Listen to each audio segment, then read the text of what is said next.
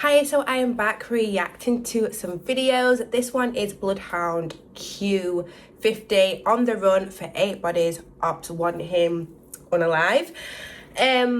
Yeah, so I am familiar with him because obviously when I was doing a lot of videos about Bloodhound Jeff and, doing a lot of videos on Jeff, and I was finding out, about the people around him and, the things he was doing. So I am familiar with Q50, but I just don't really see him. Does he make music? Let me know what he does.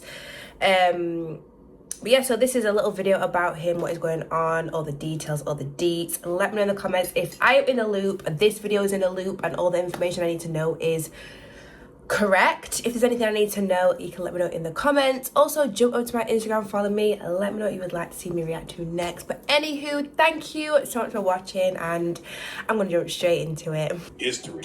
And now his homie Q50 is taking the beef to another level and going to war with 2 whole cities. In August 2025, news broke that Q50 had been shot in St. Louis. Tell their ass check on Q50, man. They didn't park that shit down there. Somebody recorded the scene outside of a hospital and said that Q50 was the one who got hit up.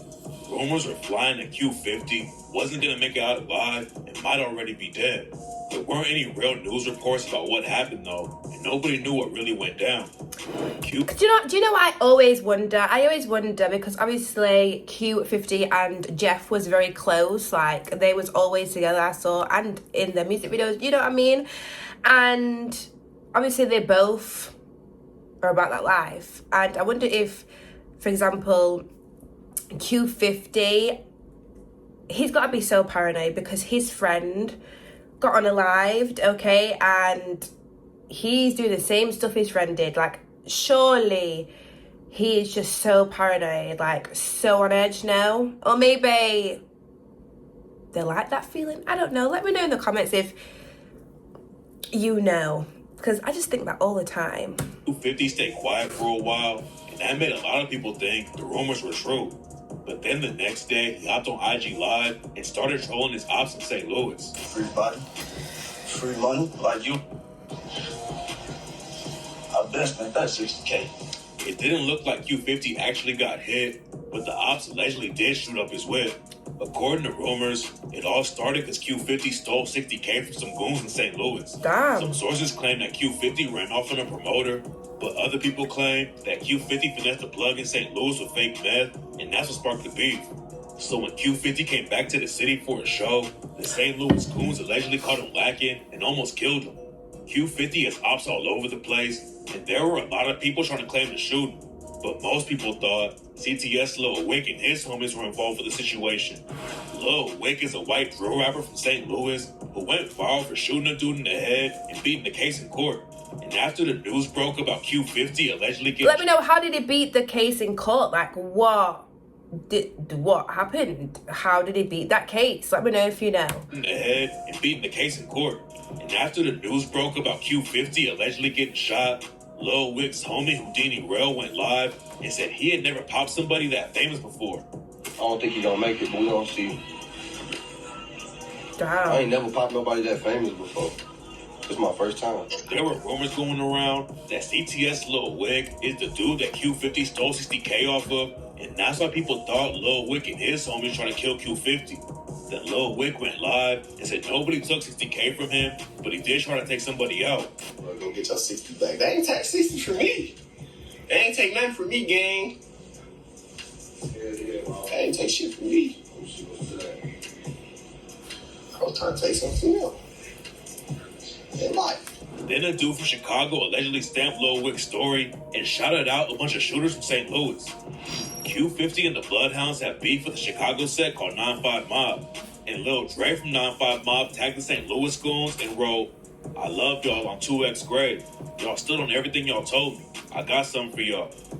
Lil Dre got clowned like crazy for dry snitching on his own alleged shooters like that.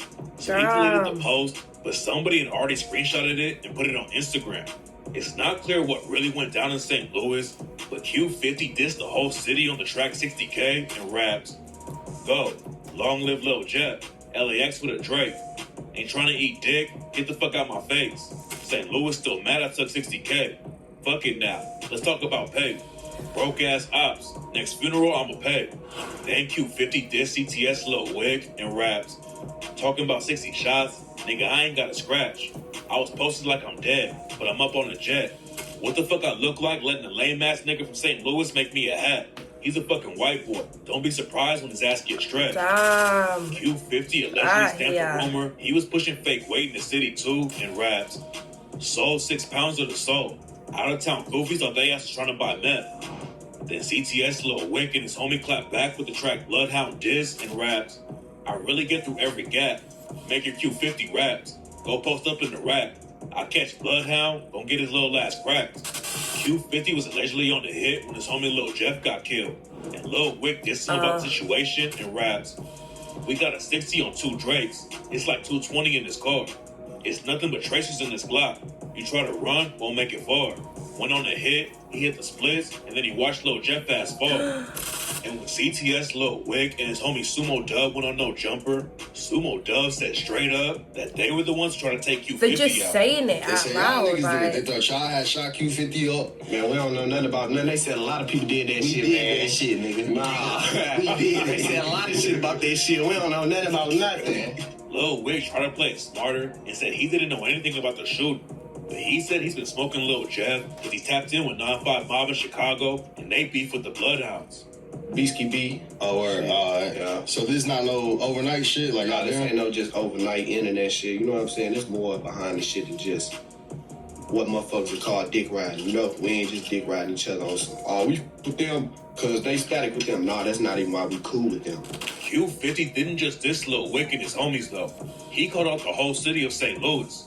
Chicago is always in the spotlight for all the bodies dropping in the Do you know what it street. is though? That they literally just say it out loud. Or if that's on Instagram Live, if that's tweeting it, like they just say it. If that's in songs, like they just say it. It's crazy. No hiding it, no nothing. The St. Louis has an even higher murder rate, and it's full of shooters who would want to take Q50 out for dissing their city. Q50's been trolling St. Louis like crazy after he ran off with the 60K and didn't get touched. But he's gonna have a way bigger target on his back now if he goes back to the city. St. Louis isn't the only spot where Q50 might get slid on though, and fans are worried that he's not gonna survive long if he keeps hanging around Chicago. Q50 spent some time in Chicago when he was a kid, but then his family moved to Gary, Indiana when Q50 was still young. Q50's mom and other family members had street ties in Chicago to a set called Hit City, which is around the same area that the Bloodhounds rep now. Q50's mom's cousin Darius repped Hit City, and after he got killed in a car crash, some Hit City members started calling themselves Darius World. Q50's family also had ties to a set called Low Life, which is the set that allegedly took out Lil JoJo after he started dissing the BDs. But when Q50's family moved out of Chicago, it looked like he might never end up in the trenches. Back in the day, Q50 wanted to play basketball, and his grandpa even posted about how Q50 promised to buy him a whip after he made it to the NBA. The hoop dreams didn't work out, and by the time Q50 made it to high school, he was already crashing out and getting into fights. Q50's mom even commented on the fight video and said that Q50 got jumped and still didn't back down. Q50 ended up graduating from high school while he was still living outside of Chicago, but that didn't mean he wasn't still connected to the streets. Q50 didn't grow up in Chirac, but he had family ties in the city, and a lot of his cousins were still gangbanging. And by the time he graduated high school, Q50 was already kicking it with Lil Jeff and other Bloodhounds in Chicago. Q50 also has ties to another set called MTV 079 through his homie Mari Scoon. Mari Scoon was trying to get his name buzzing in the rap game too, but then he caught the spotlight for another reason when he allegedly killed a cop with his homies. Back in 2023, Mari Scoon and 3 other dudes allegedly went on a crazy crime spree one night because they wanted money to throw a barbecue.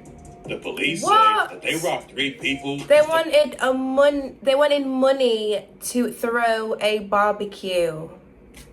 Crazy. Mari Scoon and 3 other dudes allegedly went on a crazy crime spree one night because they wanted money to throw a barbecue. The police say that they robbed 3 people and stole a whip all in the same night. Then they murdered a cop named Ariana Peterson.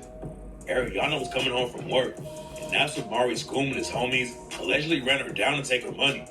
Ariana busted at them, but they shot back and killed her with shots to the face and neck. Then Mari and his homies allegedly took her gun and sold it. Q50 doesn't really claim MTV 079, but he does have ties to him through the Bloodhounds. The Bloodhounds were started back in the early 2010s as a link-up between Drill City, MTV 079, 400 East, and Chris World. Most of the members came from Drill City though, so the Bloodhounds' main territory is Drill City's hood. Lil Jeff was always repping the Bloodhounds. Lil Jeff and Q50 were blood cousins, and they really started linking up after they got a little bit older. After that, Q50 put both feet in the trenches and was putting in all kinds of work with Lil Jeff.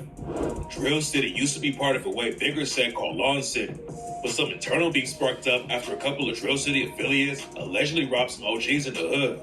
Lawn City split up into a bunch of different sets like Drill City, Mixed Mob, and A-Trey Mob, and some of that beef is why Lil Jeff and Q50 started catching bodies.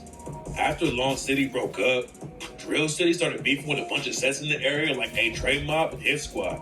And in the 2010s, some of their ops linked up with 9-5 Mob, which is the set that CTS Lil Wick has ties to.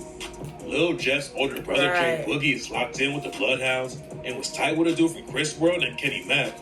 Kenny Mack was allegedly putting in work against TYMB and killed a dude named Obama.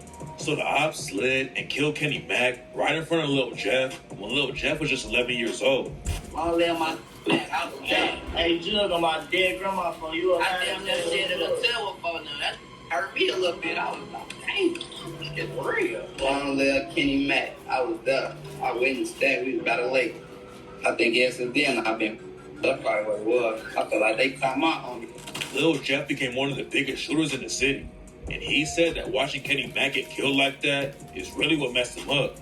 Lil Jeff was always surrounded by violence, and he wanted to make it out of the streets by playing basketball. Jeff wasn't good enough to make it on the varsity team his sophomore year though, and that's when he really started turning up in the trenches because he didn't have anything else to fall back on. I was 16. Around that time, You was doing the soldier I boys. was trying to play basketball, but that's around the time I ain't make the varsity team. So at 16 was when I was realizing this real. I don't know what I'm gonna do. Cause you know, after that point, like once you don't make that team, it's over. Around the same time, Lil Jeff and Q50's cousin, Bloodhound Z Money, started popping off in the booth.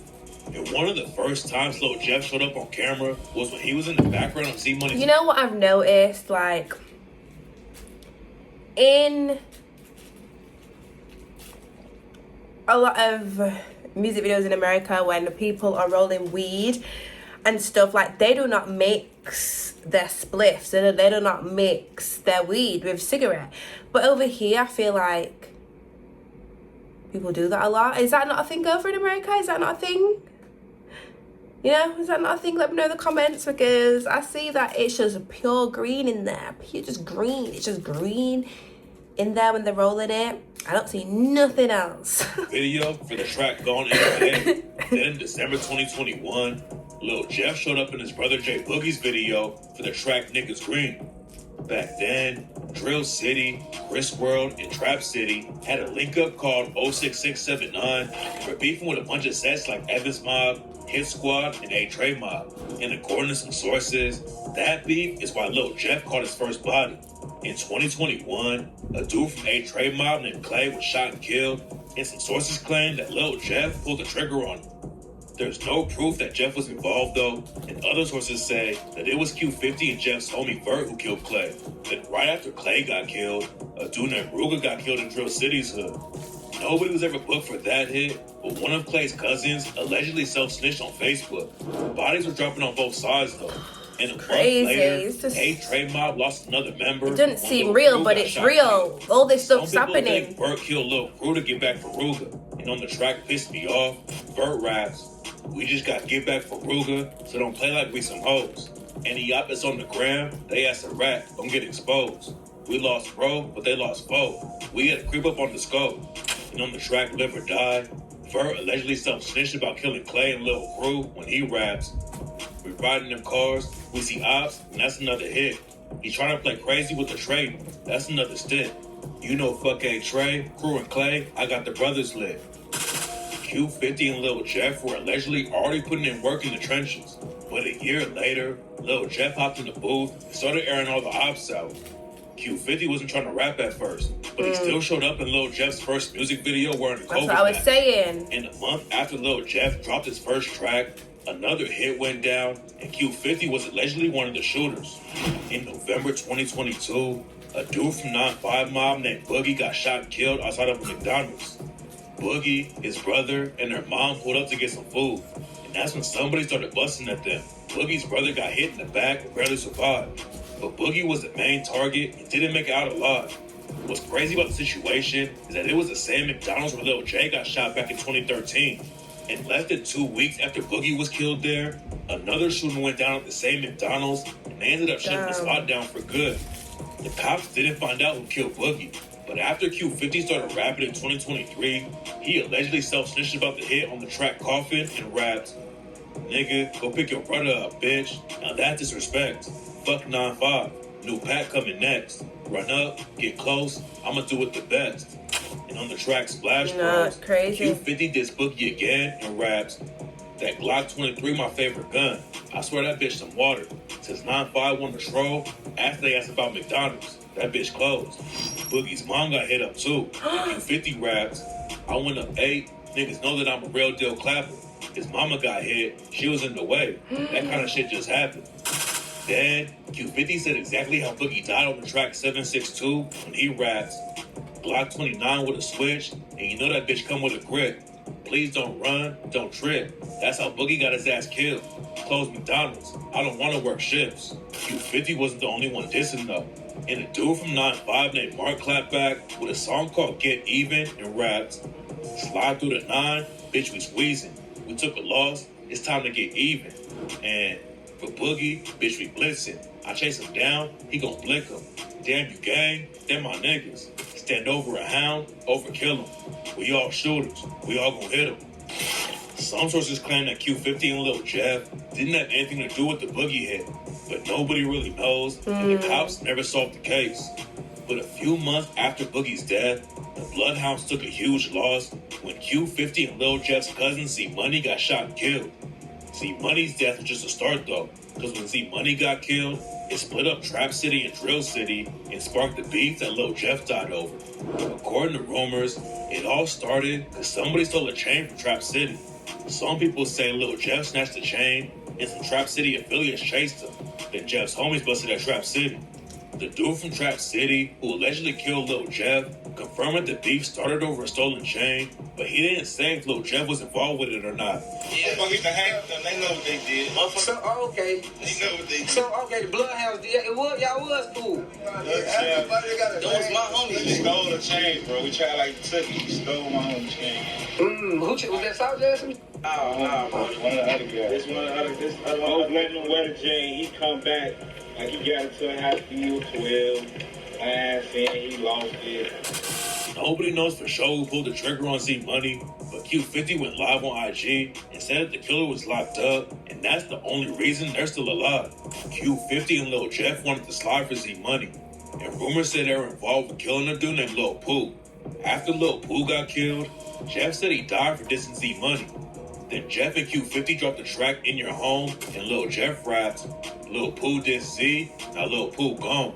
You know that shit never take too long. Laying a nigga grass till he come home." There's no proof that Q50 and Jeff They're literally explaining what they would do to find someone or what they would do to get someone. I've seen so many videos of Jeff, and not even just Jeff, like people in general that are about that life, you know what I mean, the street life, and it doesn't shock me, but it does shock me still, even though I've heard and seen so much, you know, from these videos. Yeah. Lil Pooh get Let me know what killed, you though. think about it all. Pooh's homie Lil Glock said that nobody from the Bloodhounds touched Lil Pooh. The streets were definitely heating up though, and around the same time, Q50 ended up getting shot in the leg. There weren't a lot of details about what happened to Q50, but on the track Coffin, he rapped, "That little leg shot, it wasn't shit. I jump out, when I shoot, I don't miss. Yo homie, he dead. He rested in piss. When I be out here, it's 50 in the switch." And on 762, he raps, "I got shot in the leg. They said I died. Thought he seen a ghost when I popped on live." Q50 made it out alive, but the Bloodhounds allegedly clapped back at Trap City a few weeks later and killed a dude named Lil.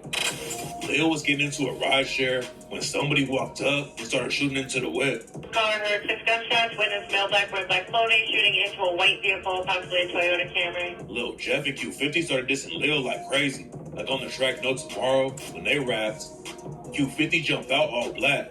Jam 532, that's a shack attack. Try to run, hit a nigga in his back. Last nigga from the 7, called him Overpack. And on the track Make It Far, Q50 dissed Lil again and rapped, nigga slid, shot out the crib, asked what happened next. All he seen was 3 niggas pop out, masked up, blowing Nike tags. Whoever sent that boy lift, asked him did he make it back. Then on the track Splash Bros, Q50 claimed Jeff and them pulled the trigger on Lil and rapped, 762's about to Drake. They hurt. They fucked Lil up. Then in August 2023, an OG from Trap City named Glenn got shot at a gas station. He made it out alive, but rumors say that Lil Jeff and Q50 were the ones who caught him lacking. And a couple months later, Jeff allegedly self-snitched on the track Stretch.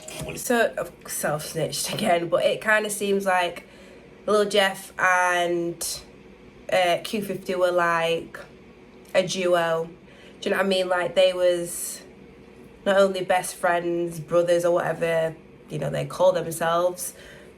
They was out here unliving people together. You know, there was like a little duo. You know?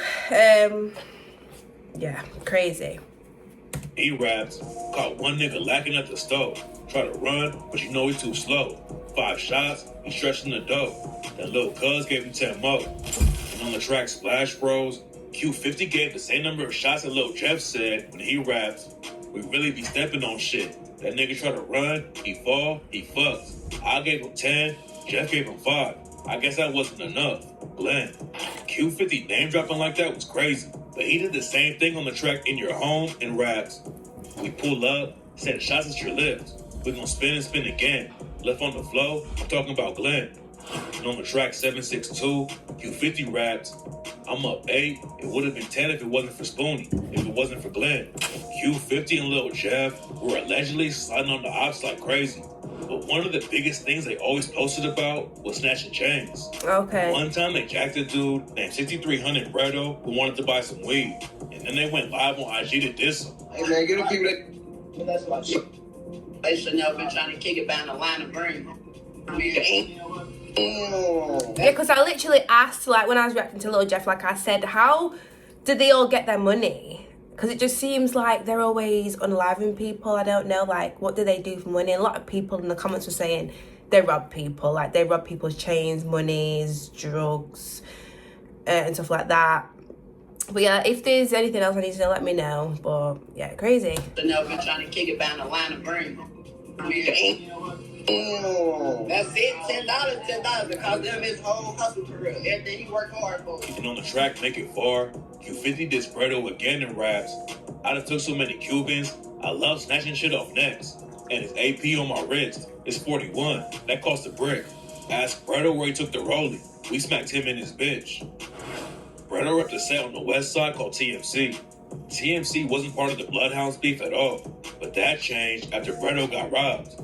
Bredo and his homies in TMC started dissing the Bloodhounds. I just think it's back, Lord. Once you know my bag, Lord. I told not to trust.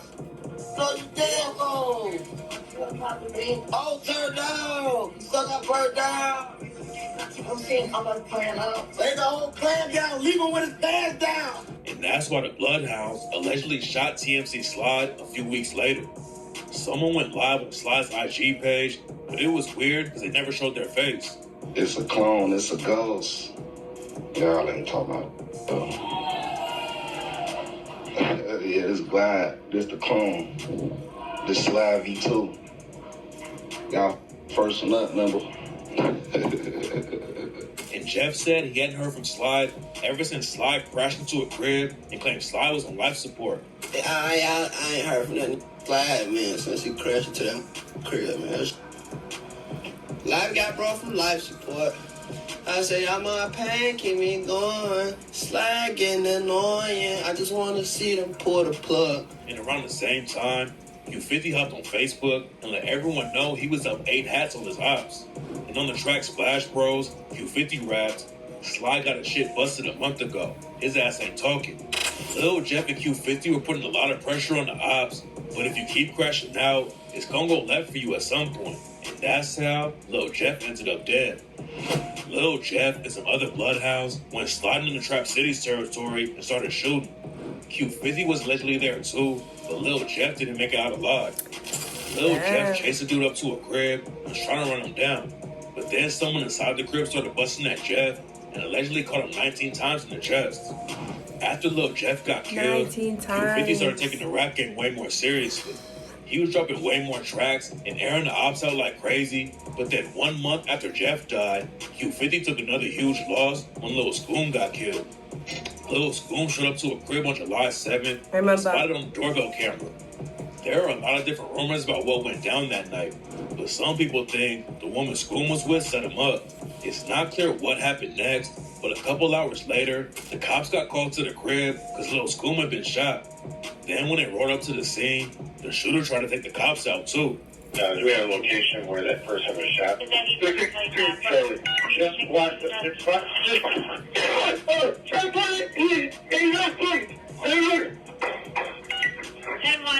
in St. Lawrence. Shots fired at the police. 89 in St. Lawrence. Shots About 700 East Side, 89 please. 700 East Side, 10 please. The shooter took off on foot, but he was spotted a couple blocks away while he was reloading his gun. And for the units on scene for the 10-1, we got another call for the 10-1 at 619 East 89th Place in a male black with a white suit-rag, dark sweatshirt, standing in the doorway of the building, reloading. He shot at the police. You guys use caution for 619 East 89th Place. The male black reloading a gun for a citizen wearing a dark sweatshirt with a white do-rag on his head, standing in the doorway. The cops were all over the place by that point, but somehow they still didn't catch the shooter, and nobody knows who pulled the trigger on Lil Scoom. A lot of people thought a woman named Nene set Lil Scoom up to get murdered, and the rumors were so popular that Nene allegedly had to leave Chicago so the Bloodhounds couldn't get her. Before he got killed, Scoom talks about getting backdoored by a woman on tracks like Signs when he rapped, God been showing me signs. These niggas telling me, watch for your homies. Everybody want me to lose. This love ain't real. Not surprised if this bitch door me.